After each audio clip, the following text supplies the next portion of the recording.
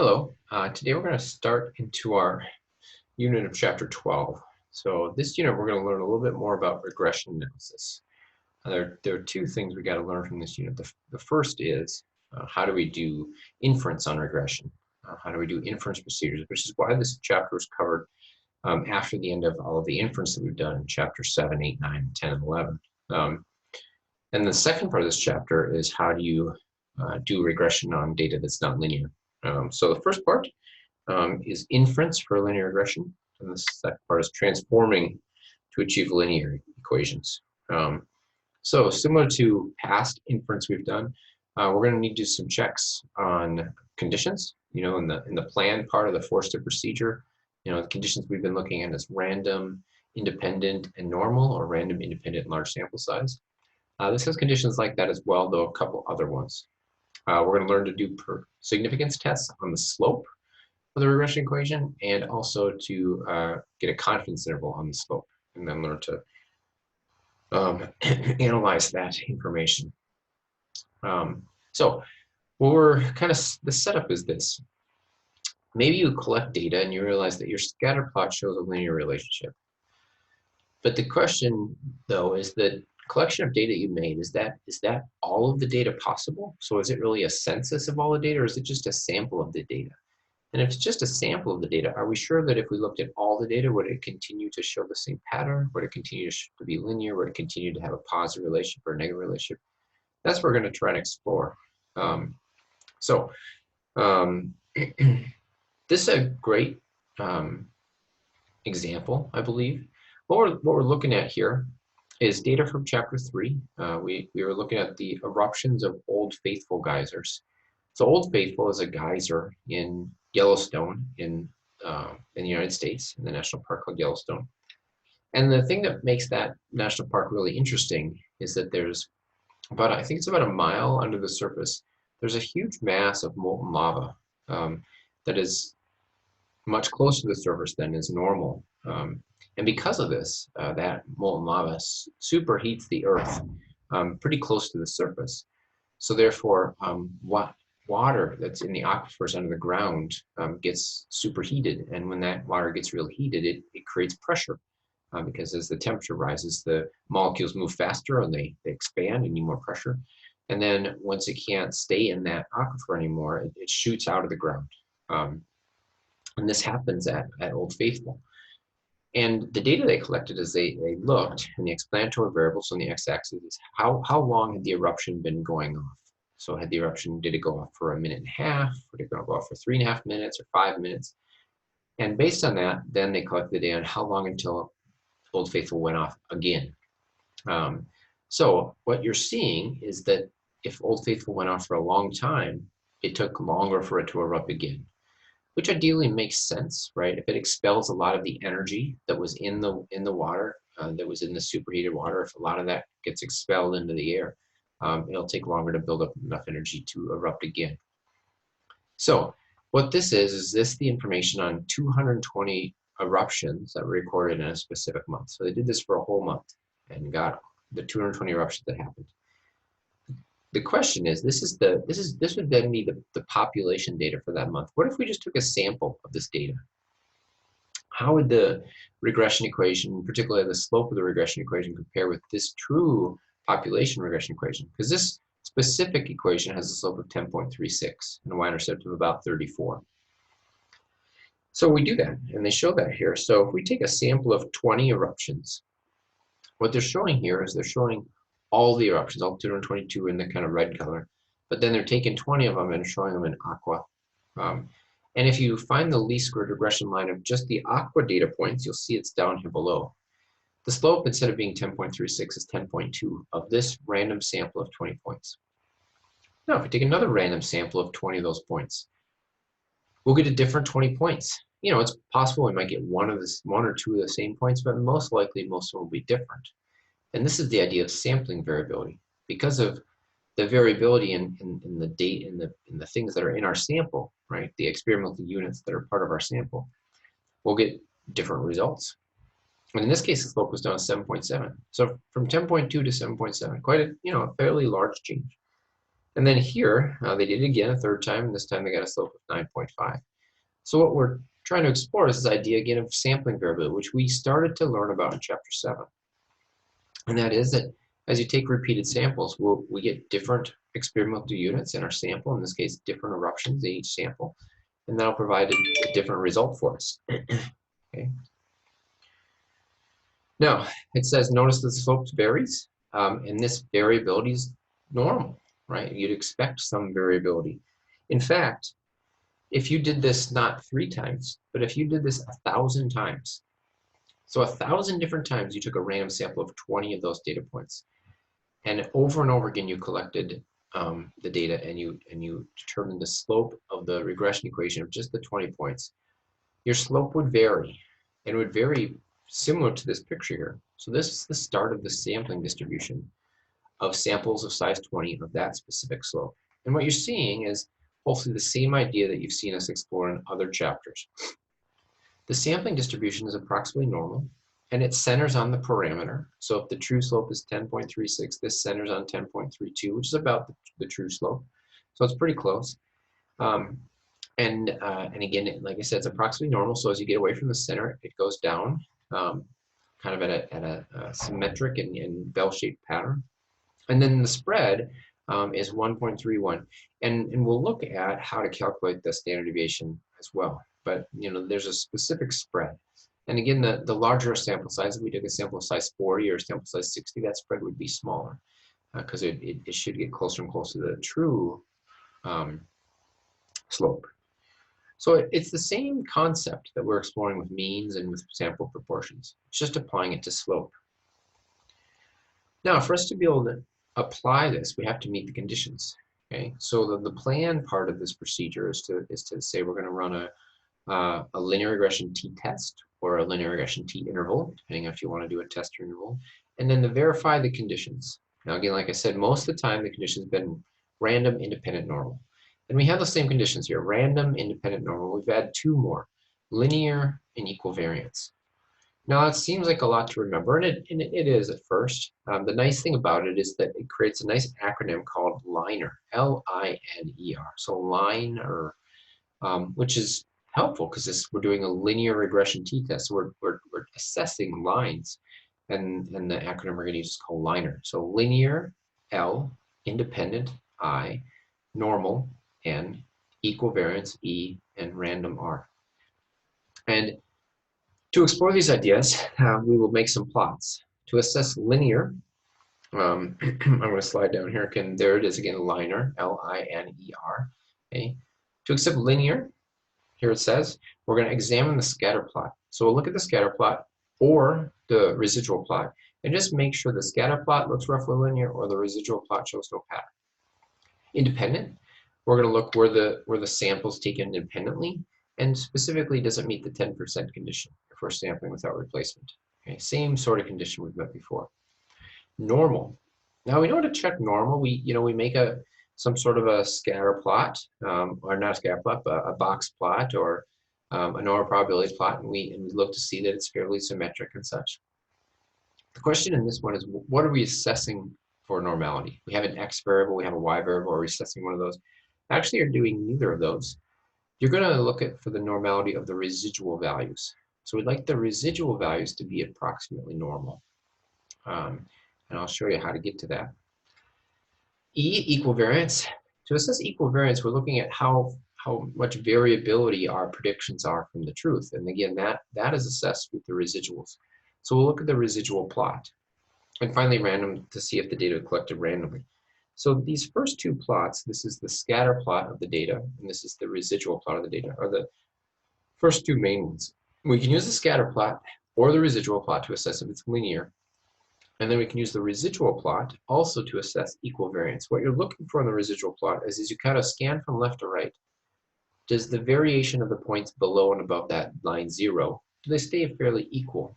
And these do. There's a little bit of concern at 300 where it sort of spans out, but the rest of them are all pretty good. What we're trying to avoid, and I'll bring up a sample right here, is we're trying to avoid a residual plot that has this sort of shape happen. So we have, pretty good variance here, and then it gets real small, or vice versa. We also don't want to see a scatter plot that kind of does the reverse. It has very little variance, and then as your x values get bigger, the variance gets much bigger. And actually, there's an example of this in one of our homework problems where the variance gets real big, and it makes sense too. Okay, even like for an example, if you're trying to estimate how far away something is, if you use the actual distance you are from the point and how far away your guess is, this actually happens. This sort of residual plot. Because when you're really close to something, it's fairly easy to say, oh, I think I'm about 3 feet away. But when something's maybe 400 feet away, you know, you might say 500. You might be off by 100 feet. So that in that sort of situation, you would not have an equal variance. You would fail that condition because the residuals, which is how far your predictions are away from the truth, are going to get worse and worse and worse. Okay. So that's the equal variance condition. And that's assessed by looking at the residual plot. Finally, to verify normal, we're going to look at a plot of the residual values. So you can plot the residual values using a histogram, a box plot, or a normal probability plot, or even a dot plot if you wanted. I would typically suggest a box plot or potentially a normal probability plot. Again, as a reminder, in the normal probability plot, we're looking for it to be fairly linear. In a box plot, you're looking for it to be fairly symmetric. Okay. This particular example is about a helicopter. Mrs. Barrett's class are dropping helicopters, little spinny things from certain heights, and they're recording how long it takes to get to the ground. And as you see in the scatter plot, the higher they drop it from, the longer it takes to get to the ground, which we'd expect. And they verify all the conditions, and you can kind of look through those in our notes. So it looks fairly linear. The variance is fairly equal, other than in the middle of 300. Certainly the histogram and the normal probability plot confirm that it's approximately normal. Independent because the helicopters are released randomly and independent of each other. And then finally random, the helicopter heights were assigned randomly to people. So those are the 5 conditions that we want to meet. Okay. Now, this S value, this is something we explored before. This is the standard deviation of the residuals. And that again is helping us to understand how accurate our predictions are going to be. Okay. So the standard deviation of the residuals is how accurate our predictions are going to be. And there's a formula for it. And usually we'll use technology to calculate it. And by technology, lots of times they'll give you computer output. Take the AP exam or a lot of testing situations. Or if you're running this on your own in your own experiment, you're going to usually use software to calculate this. You're not going to be running this information by hand. So the software would give you this sort of output where they show you the the y-intercept and the slope, and you can see in the yellow box we have the coefficients of the constant, which is the y-intercept, and the coefficient of the drop height, which is the coefficient of the variable, and that's the slope. And then we can write the regression equation. So y hat, or flight time, predicted flight time, is equal to negative 0.03761 plus 0.0057244 times drop height. Okay. And this we all explored in chapter 3. The other important things here, again, there's the drop height, that's the slope. This tells me for every 1 centimeter in which I increase the height of how high I'm dropping it, I predict that it'll take about 0.005 seconds longer to hit the ground. Or if we scale it up, for every meter higher you drop the helicopter, we would predict it would take about 0.57 seconds longer to hit the ground. So that's an interpretation of slope, again, a review of chapter 3. This is, they're highlighting here the y-intercept, is the coefficient of the constant. And the interpretation of this would mean if I dropped the helicopter from 0 centimeters, I would predict it would take negative 0.037 seconds to the ground. And of course, that doesn't make sense because it's not going to take any time to hit the ground. But it is pretty close to 0, which is what we'd expect, because it's not going to take any time to hit the ground. Finally, the S value, again, a review of chapter 3. This is the standard deviation of the residuals. That implies that when we make our predictions, when we use this regression equation to make predictions, the actual heights and times, particularly the actual times it took to hit the ground, are about 0.168 seconds away from the predicted times. So pretty good predictions. So we're going to go back now to Old Faithful. And we're going to look at those 222 eruptions. And if we take a sample, kind of how do we make prediction for a conference interval. So the first thing we want to explore is what is the standard deviation of the sampling distribution for the slope? Well, there's a formula for it, and it's down here. So it says the standard error, which is the standard deviation of the sampling distribution, is equal to S, which is the standard deviation of the residuals, divided by the standard deviation of the x values times the square root of n minus 1. Okay. And that'll tell you how much the sample slopes will vary in repeated samplings. So it says 1.3. So therefore, the sampling distribution of B, which is the variable we use to determine the sample slope, is going to have a mean of 10.36 and a standard deviation of 1.3. So now we can talk about calculating a test statistic. We can talk about doing confidence interval. Now, to do this, this is a t distribution, okay? Because we are using the sample standard deviations to estimate the population standard deviation in both the standard deviation of the residuals, but also for the standard deviation of x. Okay, so since we are estimating the population standard deviation with the sample standard deviation, we're going to use a t distribution, which means we are going to require to know the degrees of freedom. So when doing a linear regression test, the degrees of freedom is n minus 2 instead of n minus 1. And I'll just encourage you to remember that, because in a linear regression test, we have both x and y values. We have 2 sets of data. So we'll just remember it that way, that it's n minus 2. Okay? So this then shows the sampling distribution of the slope. We can use that then to construct a confidence interval. Confidence intervals are, again, statistic plus or minus critical value times standard error or standard deviation. The statistic in this case is your sample slope, which is B. The critical value is a t star value, since it's a t distribution. And the standard deviation is this standard error of the slope. Okay. Now, it seems complicated, but it's really way easier than so far it's been presented. In almost every case, they're going to give you this computer output. They're going to give you almost all the information you need. In this computer output, you can see that the slope is 0.0057.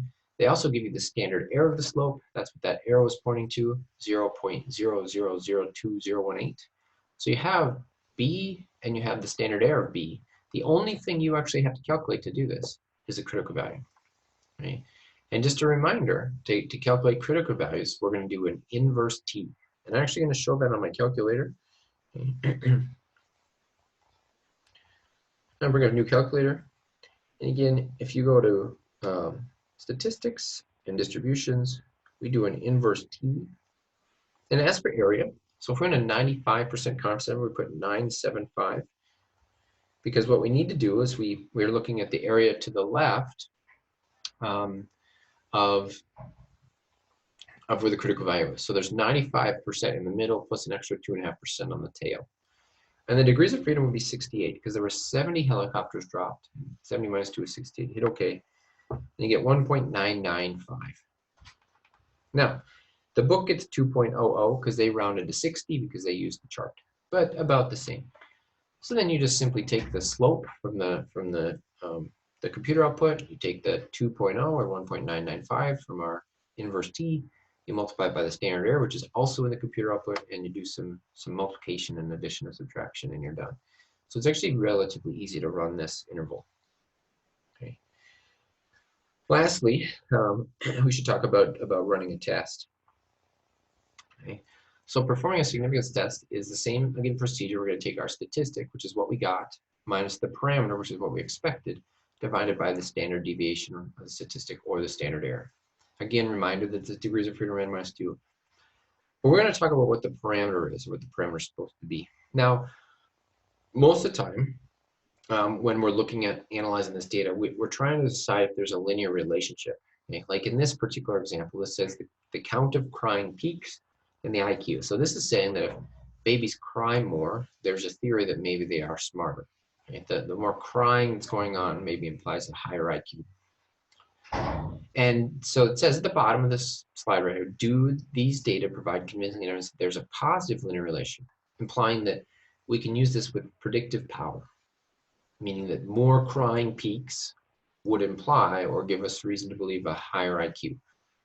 And clearly in this specific example, there is a positive relationship, but does that mean in the population there is? That's where we're using inference. That's where that comes into play. So this is the computer output of this specific example. Okay.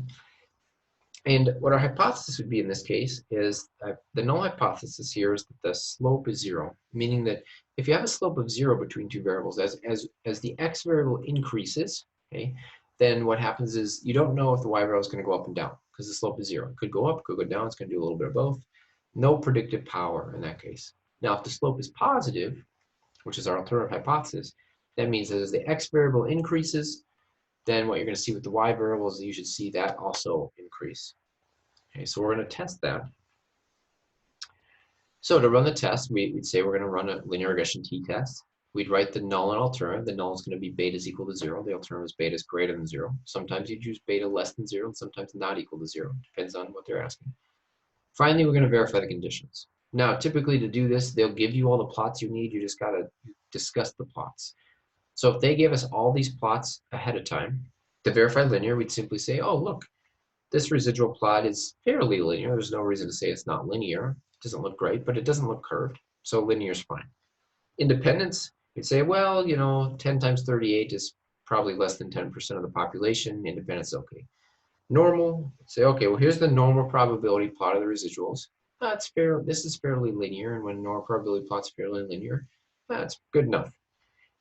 Equal variance. So we'd say, okay, let's look at the residual plot.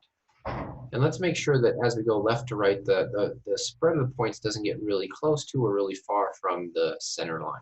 And it doesn't. Okay, so we're good here. And then finally, random. Was this data collected randomly? And it was. So then finally, we're going to calculate the test statistic. So now we're on to the do part. So the test statistic is the sample slope that you got minus the null hypothesis, which is the slope you expected, divided by the standard error. And the nice thing is all this stuff actually comes from the chart. So the slope we got is right here in this chart, right? It's 1.49. So 1.49 minus 0, that was our null hypothesis, divided by the standard error, which is also in the chart, 0.487. And what you get is you get 3.07. Now, if you notice, and they're showing this arrow, that's actually given to you in the chart. So most of the time, you don't even have to calculate it. It's just given to you. You just have to say, oh, the test statistic 3.07. Okay. Now, if they don't give you that, you can do it fairly easily. You just take the slope in the chart divided by the standard error. That's all it is, because our null hypothesis is 0. Now, if you had a null hypothesis that wasn't 0, you'd have to do something different. And then finally, the p-value. Now, we can get the p-value. We would just do a TCDF from 3.07 to infinity, right? We'll have to figure out how many we got in this chart. With there was 38 people, so 36 degrees of freedom. 38 infants were done. Okay. And we get a p-value of 0.002.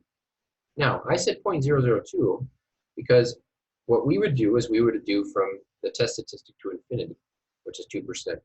Just as a note, the computer output's always going to do a two-sided test. So that's always going to be double the one-sided p-value. So just remember that the test statistic, when you use the computer output, it's always doing a two-sided test. Okay? And then you can draw your conclusion. All right. So there is a lot there to discuss and kind of take in, but the actuality of doing the work you're going to find is not that difficult.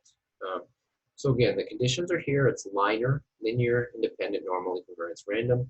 We're running linear regression t-tests and linear regression t-intervals. Okay.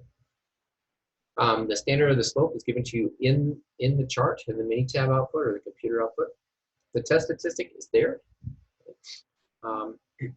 And that's about it. So good luck with this, and we'll see you next time.